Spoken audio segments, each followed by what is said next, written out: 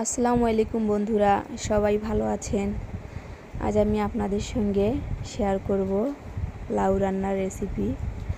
তো বন্ধুরা, এখন সব রকমের সবজি সব রকম সময়ে পাওয়া যায়। আগের সময়ে সবজি চাষের জন্য আলাদা আলাদা সময় নির্ধারণ করা থাকতো, তবে এখন আর তা হয় না।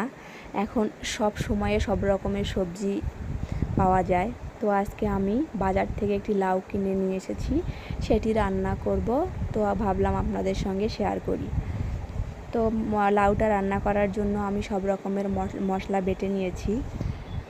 চুলায় পাতিল বসিয়ে তাতে পরিমাণ মতো তেল দিয়ে দিলাম, দিয়ে সব রকমের মশলাগুলো তেলের মধ্যে দিয়ে ভালো করে মশলাটা কষিয়ে নিয়ে আগে থেকে গোটো গোটো করে কেটে রাখা লাউগুলো ধুয়ে পরিষ্কার করে রেখেছিলাম সেগুলো দিয়ে দিলাম।